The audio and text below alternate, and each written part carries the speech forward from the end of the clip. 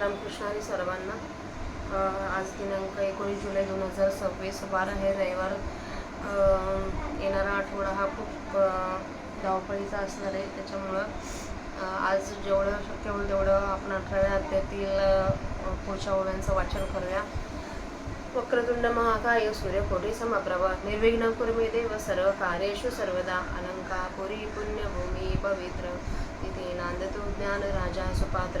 तया आठविता महापुण्यराशी नमस्कार माझा श्री सद्गुरु ज्ञानेश्वराशी. तर आपण याच्या आधीच्या माऊलींच्या सेवेत 50 श्लोकांचं वाचन केलं होतं. आता 51 श्लोकापासून चालू करूया.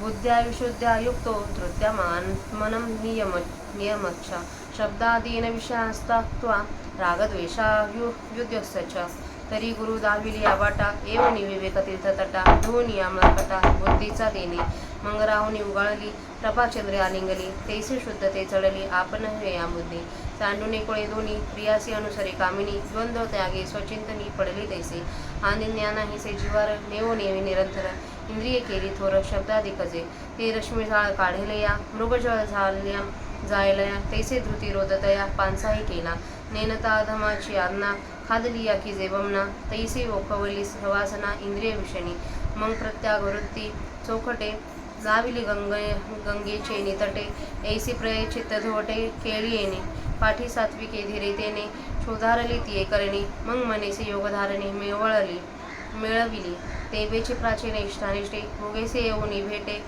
तेत देखील आहे ओखटे द्वेल्पन करी ना गोमटी सेविपाय ते आणुनी कुडासुये त्या लागी न होय सभी लाशो या परी इष्टानिष्टी रागद्वेष किरीटी त्यजुनी गिरी कपाटी निकुंजी असे विक्त सेवी लघुवाशी यद वाक्याय मानसा ध्यानयोग परी नित्यं वैराग्यम समुपाश्रिता गजबजा सांडिलिया वसवी वनस्थळिया अंगाची मांदिया एकलेया शमदमादिके खेळे न बोलण्याचे सावळे गुरुवाक्याचे निमिळे नेन मिळून आणि अंगाबळ हवे नातरी क्षुदा जावे कया शिव जिभेचे पुरावे मनोरथ भोजन करीता विखे याती येते न लेहे आहारी मिती संतोषी मापन सुरे आसनाचे निपावके हार पत्ता पाळनो कोके याची भागू मोटके अशन करी आणि परपुरुषे कामिनी कुळवधू आग्न घाली निद्रा लस्यान मोकली अशन तैसे दंडवताचे निप्रसंगे गुह्यहन अंग लांगे वासुनी रणोगे रामस्य तेथ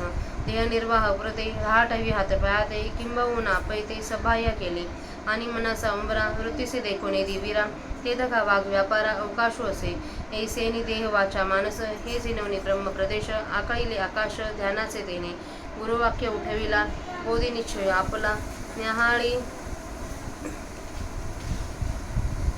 हाती घेतला आरिसा जैसा पै देहाता आपणची परी ध्यानरूप वृत्ती माझारी ध्येयत्वे घे अवधार्य ध्यान रुळीगा तेथ ध्यान ध्येय ध्याता यहाई ध्येय गुरुप्ता होय तव पंडू सुद्धा कीजे देगा म्हणून तो मुमुक्षु आत्मध्यानी झाला दक्षु परी पुढा सुनु पक्षु योगाभ्यासाचा अपान रंध्रव्यद्वया माझारी धनंजया पाशे पिळून या कावरुमुळ अंकुशुनी अध देऊनी तीही बंध करुनी एकवद वायुभेदा कुंडलिनी जागोनी मध्यमा विकाशुनी आधारादी भेदुनी आज्ञावरी सहस्रदळा समेघू पियुषी वर्षोनी सांगू तो मुळवरी बोधू आणुनिया नास्तया पुण्यगिरी चिद्वैरवासा खापरी मनपवनाचे खिचपुरी वाढुनिया आलिया योगाचा गाडा मिळावी सुने हापुडा ध्यान मागेल कडा स्वयंभ केले आणि ध्यान योग दोन्ही ये आत्मतत्वज्ञानी पैठी व्हावया निर्विघ्नी आधीची देणे वितरागते सारिका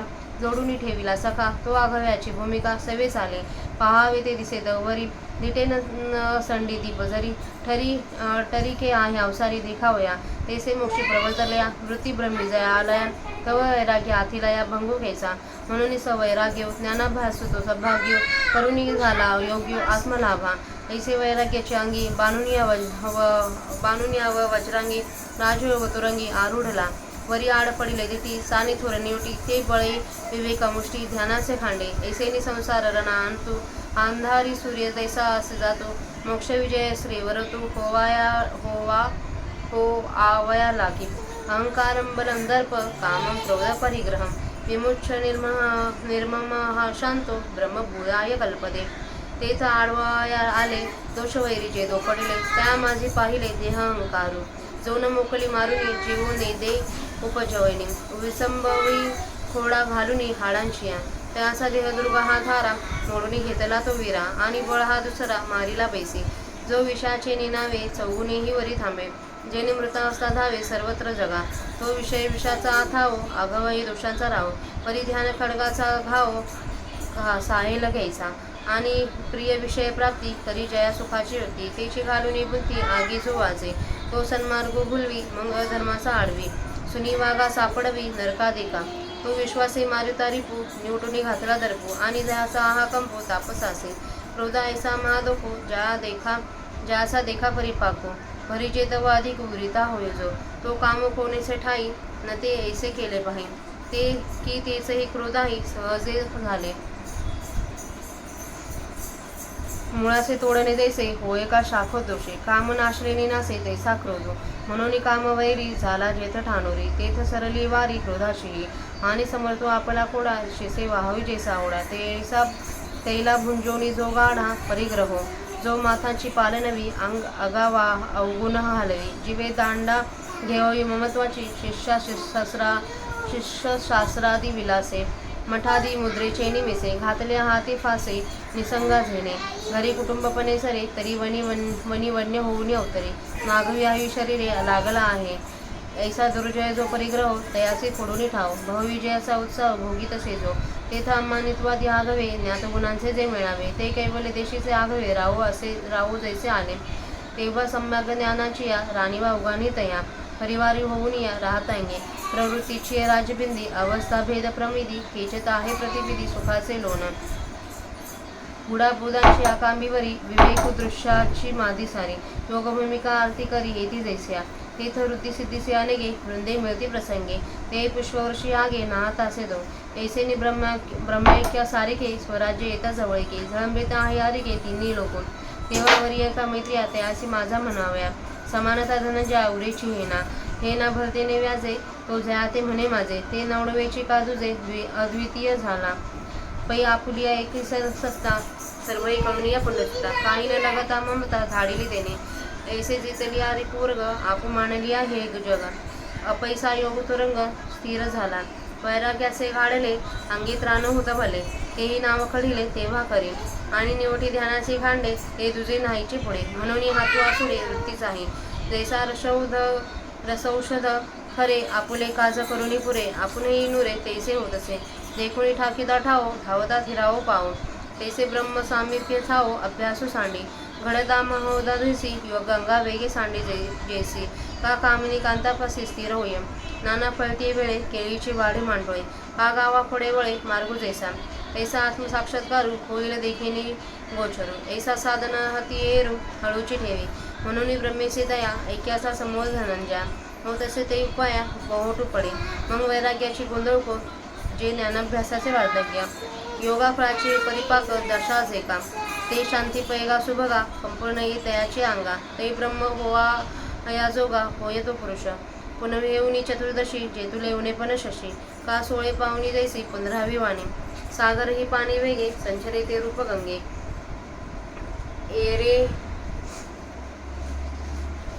एरे निश्चळ जे उगे, ते समुद्र जैसा. ब्रह्म आणि ब्रह्म होती, योग्यता तैसे पाडू आहे. तेची शांतीचे निलवला आहे, होय तोगा. पै तेची होणे विना, प्रतीती आली जे ब्रह्मपण. ते ब्रह्म होती जाण, योग्यता येत्या. ब्रह्मभूता हा प्रसन्नात्मा, न शोचती न कांगक्षती. समः सर्वेषु भूतेषु, मद्भक्ती लभते परम. ते ब्रह्मभाव योग्यता, पुरुषतो मग पंडुसुता. आत्मबोध प्रसन्नता पदी बैसे. जेने निपजे रससोय, तो तापुही जे जाय. ते का होय प्रसन्न जैसे. नाना भरतिया लगबगा, शरदकाळी सांडी जे गंगा. का गीत राहता उपांगा, होटू पडे. तैसा आत्मबोधी उद्यम करिता होय जो श्रम. तोही जेथे समो होईनी जाय. आत्मबोध प्रशस्ती, हे तिये दशेचे ख्याती. ते भोगतसे महामती, योग्य तुगा. तेव्हा आत्मत्वे शोचावे, काही पावया कामावे. हे सरले समभावे, भरती तया. तेव्हा आत्मत्वे उदया येती गभस्ती. येता गबसती नाना नक्षत्र व्यक्ती हारी वजेती दीप्ती अंगे का जेवी तेवी उठती या आत्मप्रभा हे भूतभेद व्यवस्था मोडित पालता वास पाहेतो पाठीवरील अक्षरे जैसे पुसता येते करे तैसे हारपुती वेदांतरे दयाची आदिटी तैसे अन्यथा ज्ञाने जे घेपती जागर स्वप्ने ते दोन्ही केली नीने अव्यक्त माझे मग तेही अव्यक्त बोध वाढता जिचत पुरता बोधी समस्त उडवणी जाय जैसे भोजनाचा व्यापारी क्षुधा जरती अवधारी तृप्तीच्या अवसरी नाहीच होय नाना चालीची आवाडी वाट होती जाय थोडी मग पातला ठाई पुढी देऊनी निमे का जागृती जाऊ उद्दीपे तव तव निद्रा हारपे मग जागणेली या स्वरूपे नाहीच होय हे ना आपुले पूर्णत्व भेटे चेत चंद्राचे वाडी कुंटे चेत शुक्ल पक्ष आटे निशक्षु जैसा तेस बोध जात गिळतू बोध बोधे हे मजांतू मिसळला तेथ सांधेतू अबोधू गेला तेव्हा कल्पांतेचे यावेळे निधी संधूचे पेडवळे मूळ मुनी भरले जळे आब्रह्म जैसे नाना गेल्या घटमट आकाश टाके एकवट का जवळी काष्टे काष्ट वनीची होय नातरी लोणी असे ठसे आटूनी गेली आमुसे नामरूप भेदे जैसे सांडीचे सोने हेही असो चेईल्या ते स्वप्न नाही झालिया मग आपणचे आपण उर्जे जैसे तेसा मी एक वाचुने काही तया तया ही सकट नाही हे चौथी भक्ती पाही माझी तोल आहे एरा अर्थू जिज्ञासु अर्थाती हे भजती जिये पंथी ते तिन्ही पाहुणी चौथी मणिपत आहे एरवी तिची नाचवती हे पहिली नासरती पै माझी असं स्थिती भक्ती नाव जे नेने माझे प्रकाशुनी अन्यथा त्वा माते देवनी सर्व ही सर्वी वैजोनी बुधावतीसे जो जेत जैसे पाहे वैसे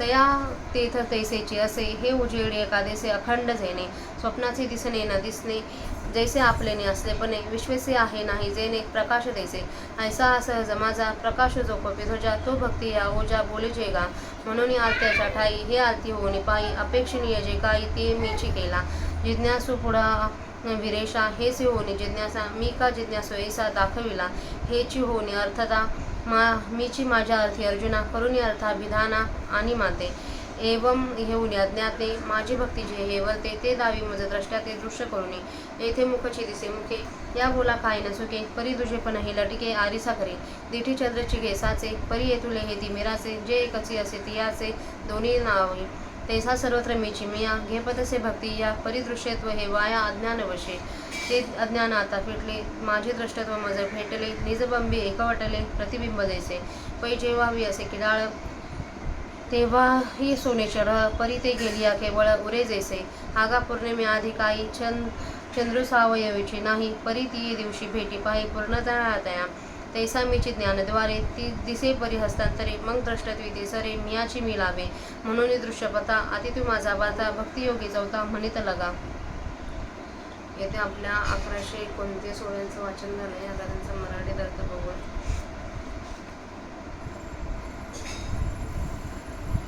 शुद्ध बुद्धीने युक्त साक्षीधार्याने स्वतःचे मन व इंद्रियांचे नियमन करून शब्दादी विषयांचा त्याग करून प्रीती आणि द्वेष सोडून तर गुरूंनी दाखवलेल्या वाटेने विवेकरूपी तीर्थाच्या काठावर येऊन तेथे त्या साधकाने आपल्या बुद्धीचा मळ धुवून टाकल्याबरोबर मन चंद्रग्रहण सुटल्या असता राहूच्या तोंडातून बाहेर आलेली चंद्राची प्रभा जशी चंद्राकडून आलिंगली जाते त्याप्रमाणे ती शुद्ध बुद्धी आपल्या मूळच्या स्वरूपाला प्राप्त झाली.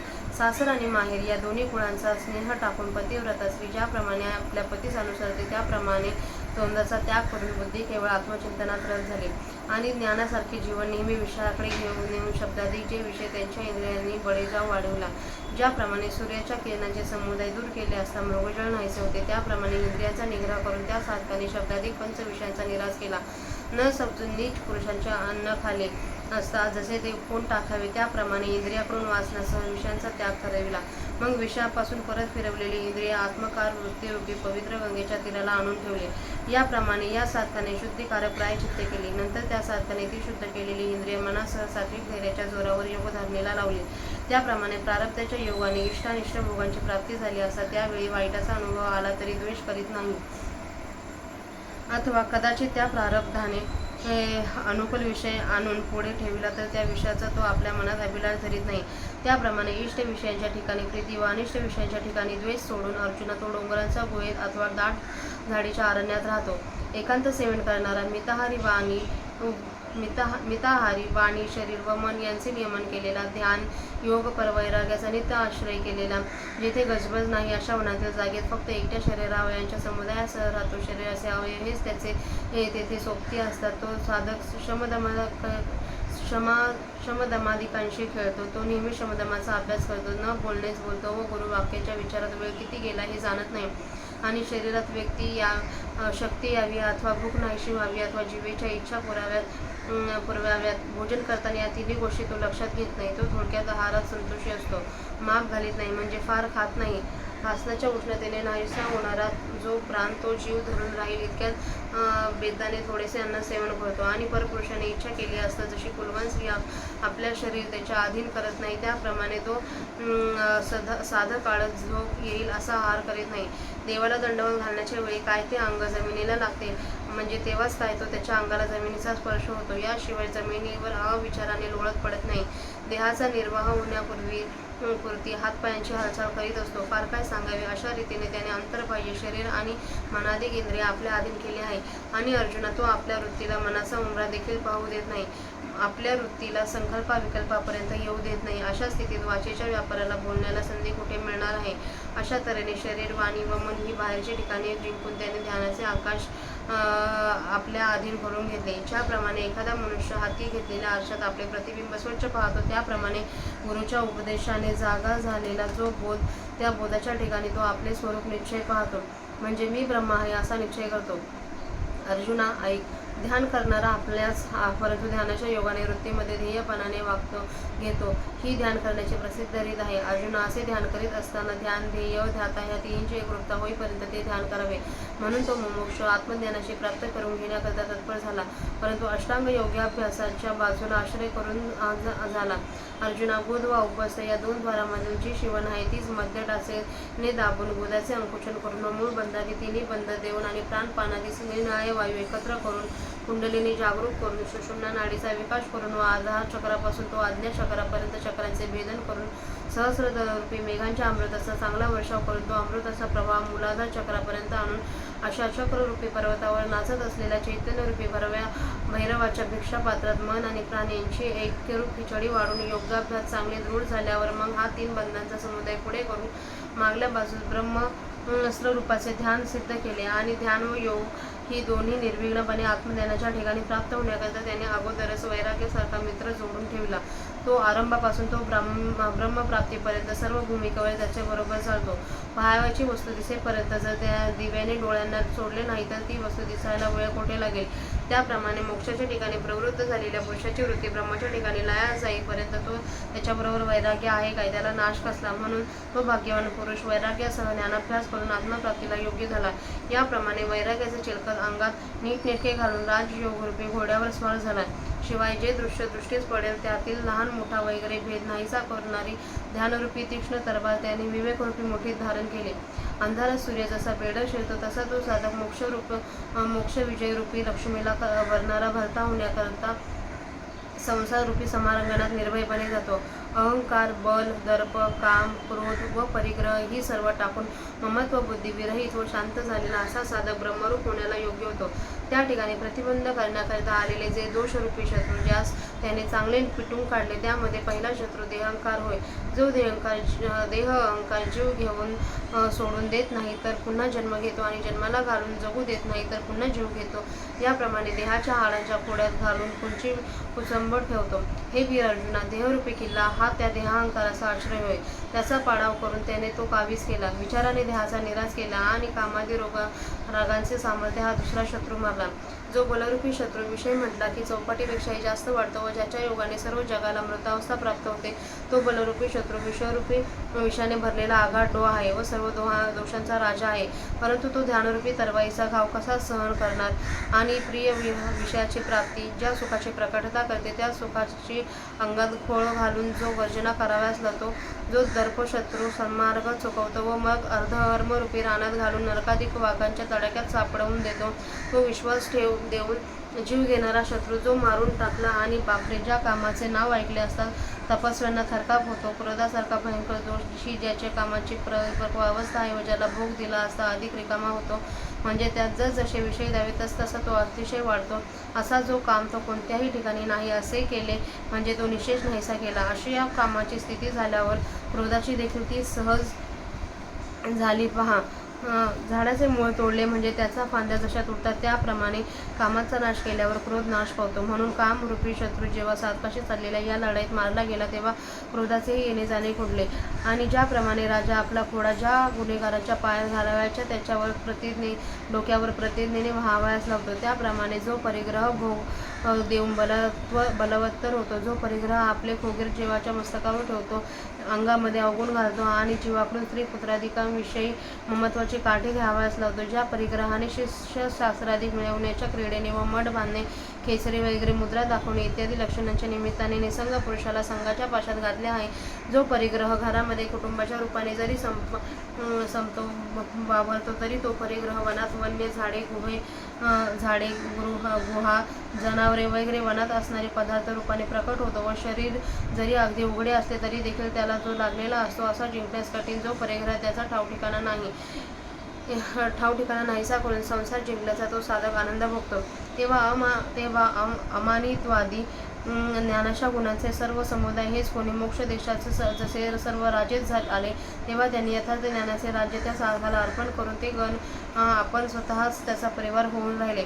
प्रवृत्तीरूपी राजमार्गात असणाऱ्या तीन निरनिळ्या जागृतादी अवस्थारूपी तरुण स्त्रियांनी आपल्या सुखाचे पावलोपावली त्याच्यावर डुंबळून उतरले. त्या साधकाच्या पुढे विवेक हा चोपदारप्रमाणे बोधरूपी काठीने दृश्याची गर्दी दूर करतो व योग भूमिका जशी काही हातात आरते घेऊन त्या ओवाळ्यास येतात तेव्हा त्या प्रसंगी वृद्धिसिद्धीचे अनेक समुदाय येतात. त्या वृद्धिसिद्धी समुदायारूपी पुष्पवृष्टीने तो स्वतः नाहत असतो. याप्रमाणे ब्रह्मैक्यासारखे स्वराज्य जवळ येत असताना तो साधक तिन्ही लोक आनंद भरून टाकीत आहे. अर्जुना, तेव्हा हा माझा वैरी आहे अथवा हा माझा मित्र आहे असे म्हणण्यापुरता त्याला समसाम्य भावामुळे द्वैत उरतच नाही. इतकेच नाही तर कोणत्याही निमित्ताने जो ज्याला माझे असे म्हणेल एवढे देखील द्वैतपणाने त्याच्या पुढे येत नाही असा तो द्वैतरहित झालेला असतो. अर्जुना, आपल्या एकछत्री सत्तेने त्याने सर्व विश्व व्यापून आपल्या ममतेला कुठेही चुकवू न देता त्याने तिला दूर केलेले असते. याप्रमाणे शत्रू समुदाय जिंकल्यावर व हे सर्व विश्व आपण आहोत असे समजून झाल्यावर राजरूपी घोडा आपापले स्थिर झाला आणि वैराग्याचे चिलखत ज्या अंगात बळकट घातलेले होते तेही तेव्हा क्षणभर ढिले करतो आणि ज्या द्वैताला ध्यानरूपी तरवार मारेल ते द्वैत त्याच्या पुढे नसल्यामुळे ध्यान करणाऱ्या वृत्तीच्याही हाताला हिसडा बसतो. ज्याप्रमाणे पाऱ्याचे रसायन आपले काम रोग निवृत्ती पुरे करून आपणही उरत नाही त्याप्रमाणे होते. ज्या ठिकाणाला पोहोचायचे ते ठिकाण दिसल्याबरोबर ज्याप्रमाणे धावणाऱ्या पायांची गती स्थिरावते त्याप्रमाणे ब्रह्मप्राप्ती जवळ आली आहे असे जाणून अभ्यास मंदावतो. गंगा समुद्रास मिळाली असता जसा गंगेचा वाहण्याचा वेग कमी होतो अथवा स्त्री आपल्या नवऱ्यापाशी जशी स्थिर होते अथवा केळीला फळांचा घड आला असता जशी केळीची वाढ खुंटते अथवा गावापुढे जसा रस्ता वळतो संपतो त्याप्रमाणे आत्मसाक्षात्कार अनुभवाला येईल असे पाहून तो साधक याप्रमाणे साधनरूपी हत्यार हळूच खाली ठेवतो. म्हणून अर्जुना, ब्रह्माशी त्याचे ऐक्य होण्याची वेळ जेव्हा येते तेव्हा साधने कमी कमी होण्यास लागतात. मग वैराग्याची जी मावळती वेळ अथवा ज्ञानाभ्यासाचे जे वार्धक्य आहे व योगरूपी फळांची जी परिपक्व अवस्था आहे हे भाग्यवंत अर्जुनाची शांती जेव्हा संपूर्ण त्याच्या अंगी येते तेव्हा तो पुरुष ब्रह्म होण्याला अयोग्य होतो. पौर्णिमेपेक्षा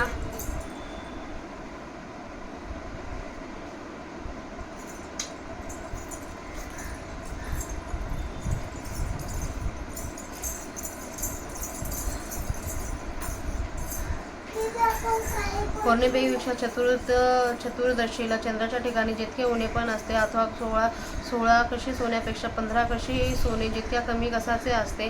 समुद्रामध्ये वेगाने जे पाणी जात असते ते स्वरूप असून त्याशिवाय दुसरे वेग रहित स्थिर असलेले पाणी तेच जसे समुद्राचे स्वरूप असते. ब्रह्म आणि ब्रह्म होणारा यांच्या योग्यतेमध्ये जसे अंतर आहे. अर्जुना, शांतीच्या योगाने तो पुरुष तेच ब्रह्म त्वरित होतो, परंतु तेच ब्रह्म अप्रत्यक्ष झाल्यावर जे ब्रह्म अनुभवास आलेले असते ती ब्रह्म होण्याची योग्यता आहेच असे तू समज. ब्रह्मभाव योग्यता प्राप्त झालेल्या आत्मबोध प्रशस्ती पदावर आरूढ झालेला पुरुष शोक करीत नाही व इच्छाही करीत नाही. सर्व भूतांच्या ठिकाणी समत्व प्राप्त झालेला तो पुरुष माझी श्रेष्ठ चौथी भक्ती करून प्राप्त करून घेतो. अर्जुना, मग तो ब्रह्म होण्याच्या योग्यतेला पावलेला पुरुष आत्मज्ञानामुळे येणाऱ्या प्रसन्नतेच्या पदावर बसतो. ज्या उष्णतेच्या योगाने स्वयंपाक होतो ती उष्णता देखील जेव्हा जाते तेव्हा तो स्वयंपाक जसा मनास आल्हादकारक असतो, अथवा शरद ऋतूत भरतीची लगबग गंगेला सोडते, आणि अथवा गाणे थांबले असता मृदुंग, तंबोरा वगैरे गाण्याची उपास साधने जशी मागाहून बंद पडतात, त्याप्रमाणे आत्मबोधाच्या प्राप्तीकरता वैराग्यादी साधनांची खटपट करीत असताना जे श्रम होतात ते श्रम सुद्धा जेथे शांत होऊन जातात. आत्मबोध प्रसन्नता या नावाने त्या अवस्थेची प्रसिद्धी आहे. हे अतिबुद्धिमान अर्जुना, तो योग्य झालेला पुरुष ती अवस्था भोगतो. त्यावेळी अमुक एक वस्तू माझी आहे म्हणून तिच्याकरिता शोक करावा अथवा काही प्राप्त होण्याकरिता इच्छा करावी हे त्या पुरुषाला ऐक्यभावाच्या भरतीमुळे संपले. सूर्योदय झाल्याबरोबर स्पष्टपणे चमकणाऱ्या अनेक नक्षत्रांना त्याच्या अंगाच्या तेजाने जसा सूर्य लोखून टाकतो, त्याप्रमाणे आत्मानुभवाच्या उदय होता क्षणीच ही प्राणीमात्रांच्या भेदाची रचना नाहीशी करीत करीत तो जिकडे तिकडे आपल्या स्वरूपाला पाहत जातो. पाठीवरील अक्षरे जशी हाताने पुसता येतात त्याप्रमाणे त्याच्या दृष्टीपुढील अनेक भेद नाहीसे होतात. त्याप्रमाणे अन्यथा ज्ञानाकडून ज्या जागृती व स्वप्न या अवस्था देखील जातात, त्या दोन्ही अवस्था अज्ञानामध्ये लीन होतात. मग तेही अज्ञान जसा बोध वाढत जाईल तसे नाहीसे होते व पूर्ण बोधात ते अज्ञान संपूर्ण नाहीसे होते. ज्याप्रमाणे भोजन करीत असताना प्रत्येक घासाबरोबर भूक कमी कमी होत जाते व मग तृप्तीच्या वेळी ती अगदीच नाहीशी होते, अथवा चालण्याचा वेग जसजसा वाढेल तशी वाढ कमी होत होत मग मुक्कामाला पोचल्यावर ती वाढ बुडी देऊन नाहीशी होते, अथवा जसा जागृतीचा उदय होतेच तशी झोप नाहीशी होते व मग पूर्ण जागी झाल्यावर झोप स्वरूपाने पूर्णपणे नाहीशी होते. हे दृष्टांत नव्हते. पौर्णिमेच्या दिवशी चंद्राला आपले पूर्णत्व प्राप्त होते व जेव्हा चंद्राचे वाढणे थांबते तेव्हा जसा शुक्ल पक्ष निशेष नाहीसा होतो, त्याप्रमाणे पदार्थ मात्र नाहीसे करणारे जे अज्ञान, त्या ज्ञानाने तो माझ्या स्वरूपी येतो. माझ्या स्वरूपात तो ऐक्याला पावला असता साधन ते अज्ञान नाहीसे होते. तेव्हा कल्पांताच्या वेळेला नदी व समुद्र यांची मर्यादा मोडून ज्याप्रमाणे ब्रह्मलोकापर्यंत सर्व जग पाण्याने भरून जाते, अथवा घट मठ नाहीसे झाल्यावर जसे एकसारखे आकाश राहते, अथवा काष्टांच्या घर्षणाने काष्ट जळून ते काष्ट अग्नी होऊनच राहते, अथवा मुशीमध्ये अलंकाराचे आकार आटून गेल्यावर सोन्यातील नाव रूप वगैरे भेदाचे प्रकार जसे नाहीसे होता व सोने मात्र जसे राहते, हा दृष्टांतही राहू दे. पूर्ण जागे होऊन स्वप्न नाहीसे झाल्यावर आपणच आपल्याला जसे एकटे होतो, त्याप्रमाणे एक माझ्या असून त्याला त्याच्याही सकट दुसरे काहीच नसते. अर्जुना, पहा, यासच चौथी भक्ती असे म्हणतात. ही चौथी भक्ती त्याला प्राप्त होते. इतर जे अर्थ, जिज्ञासू व अर्थार्थी भक्ती हे मला ज्या मार्गाने भासतात ते भक्तीचे 3 मार्ग पाहून या भक्तीस मी चौथी भक्ती म्हणत आहे. सहज विचार करून पाहिले तर ही भक्ती तिसरी नाही, चौथी नाही, पहिली नाही, शेवटली नाही, तर माझ्या सहज स्वरूपात स्थितीला भक्ती हे नाव आहे. जी सहज स्वरूप स्थिती मदविषयक अज्ञानाचे प्रकाशन करून मला विपरीतपणाने भासवून सर्व ठिकाणी भक्ती कराव्यास लावून सर्वांची समजूत घालते. जो ज्या ठिकाणी जशी कल्पना करतो त्याला त्या ठिकाणी त्याच्या कल्पनेप्रमाणे जे भासते ते माझ्या सहज अखंड चित्प्रकाशाने दिसते. ज्याप्रमाणे स्वप्नाचे दिसणे अथवा न दिसणे हे आपल्याला पाहणाऱ्याच्या अस्तित्वावर अवलंबून आहे, त्याप्रमाणेच विश्वासी असणे व नसणे या ज्या प्रकाशाच्या योगाने प्रकाशते. हे कपिध्वजा अर्जुना, असा जो माझा सहज प्रकाश तो भक्ती या रीतीने बोलला आहे जातो. म्हणून अर्थाच्या ठिकाणी ही भक्ती उत्कट इच्छेच्या रूपाने बनून त्या इच्छेचा जो काही विषय आहे तो मलाच बनवला आहे. अर्जुना, जाणण्याची इच्छा करणाऱ्याच्या पुढे ही भक्ती जिज्ञासा होऊन मी जिज्ञासा जाणण्याच्या विषयाचा असा दाखवला गेलो. हीच भक्ती अर्थप्राप्तीच्या इच्छा होऊन मीच माझी याचना करून मला अर्थ नावाला जाणते. याप्रमाणे अज्ञानाचा अंगीकार करून ही माझी भक्ती व्यवहार करू लागली की ती भक्ती मला दृश्याला दृश्य करून दाखवते. आरशात पाहिले असता मुखाच्या योगाने मुखाला मुखच दिसते या म्हणण्यात काही चूक नाही, परंतु प्रतिबिंब रूपाने मिथ्या भासणारा जो दुसरेपणा तो आरसा तयार करतो. दृष्टी खरोखर चंद्रालाच पाहते, परंतु तिमीर एवढे मात्र करते की एकच असलेल्या चंद्राला 2 करून दाखवते. त्याचप्रमाणे सर्वत्र मीच माझ्याकडून भक्तीच्या योगाने आकलन केला जातो, परंतु दृश्यत्व हे खोटे आहे व ते अज्ञानाला वश झाल्यामुळे आहे. ते अज्ञान आता नाहीसे झाले व जसे प्रतिबिंब आपल्या चित्रात एक राहावे तसे माझे द्रष्टत्व मला भेटले. जेव्हा हिंकस धातू सोन्यात मिसळलेले असते तेव्हाही निश्चयाने ते सोनेच आहे, परंतु हिंकस धातू निघाली असतात जसे केवळ सोने होते. अरे अर्जुना, पौर्णिमेच्या आधी चंद्र एवढंच नाही काय, परंतु पौर्णिमेच्या दिवशी त्याला पूर्णता भेटते. तसाच मीच अन्यथा ज्ञानाच्या द्वाराने दिसतो, परंतु अन्य दृश्य रूपाने दिसतो. मग ज्ञानाने दृश्याचा निराश होऊन भिन्न रूपाने दिसणारे दृश्य एक दृष्टेपणामध्ये नाहीसे होते आणि मलाच मी प्राप्त होतो. अर्जुना, म्हणून माझा चौथा भक्तियोग हा दृश्य मार्गाच्या पलीकडला आहे असे मी म्हटले आहे. तर इथं आपल्या 1100 1929 म्हणजे 1129 ओव्यांचा मराठीत अर्थ वाचून झाला आहे. झालेली माऊलींची सेवा माऊलींच्या समाधीवर अर्पण करूया आणि सेवेला स्वल्पविराम देऊया. रामकृष्ण हरी सर्वांना.